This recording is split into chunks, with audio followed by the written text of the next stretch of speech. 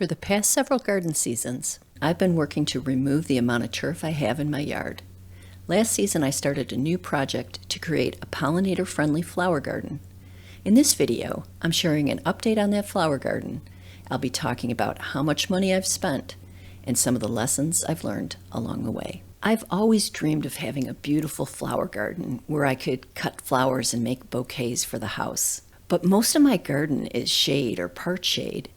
So last season when I had a chance to make a full sunflower garden, I took the opportunity and decided, you know what? I'm going to build that garden in my front yard. I hired a couple of gentlemen who rented a sod cutter to remove all of the turf. I didn't appreciate how huge this new garden bed was until the turf was removed. And just like you, I needed to finish this project on a budget, and I started to panic a little bit. My plan was to reuse plants from other areas of my garden, and also to grow as many flowers as I could from seed. I also planned to try to find some less expensive plants at local garden centers. I made a decision when I started this Garden Moxie YouTube channel that I wasn't going to accept sponsored plants or any products. I also no longer was going to buy any plants wholesale. The reason for this is pretty simple. I want to be able to build my garden with the same limitations that an average suburban gardener has. I also try to do as much of the work myself as I can in the garden. I think that the best way to learn how to do something is by actually doing it. We'll make mistakes along the way, but there's absolutely no substitute for hands-on experience. Trust me, you're not going to become a better gardener by scrolling Instagram, but you will become a better gardener by just growing plants and getting your hands in the soil.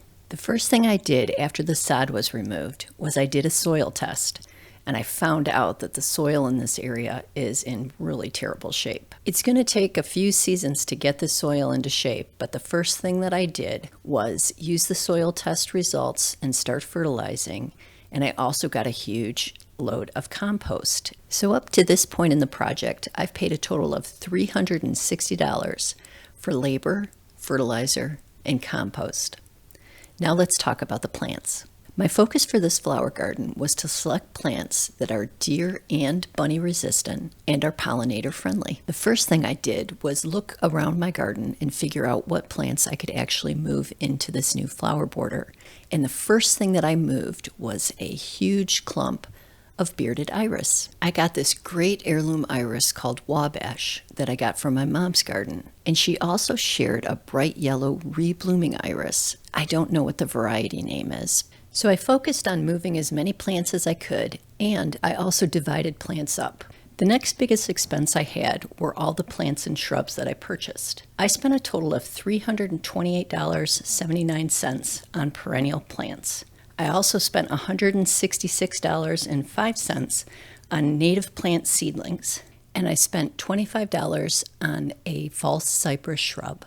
By far, the best value for my money were the plants that I grew from seed. I spent a total of $50.47 on seeds, and these are some of the plants that I got.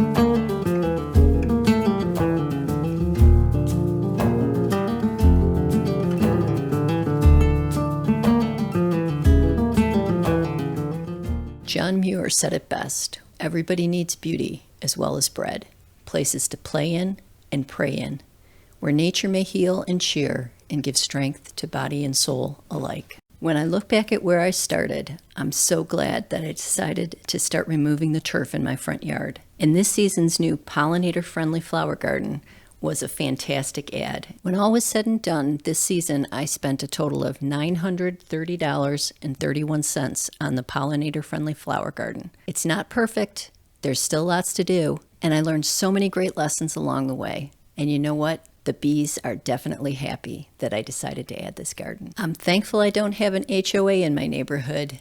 I love the flowers, and I can't wait to keep working on this. Thanks so much for being here. Hit me up in the comments below and let me know, are you guys building pollinator-friendly gardens? And how is it going for you? I'd love to hear. Well, that's it for this video. We'll see you in the next one.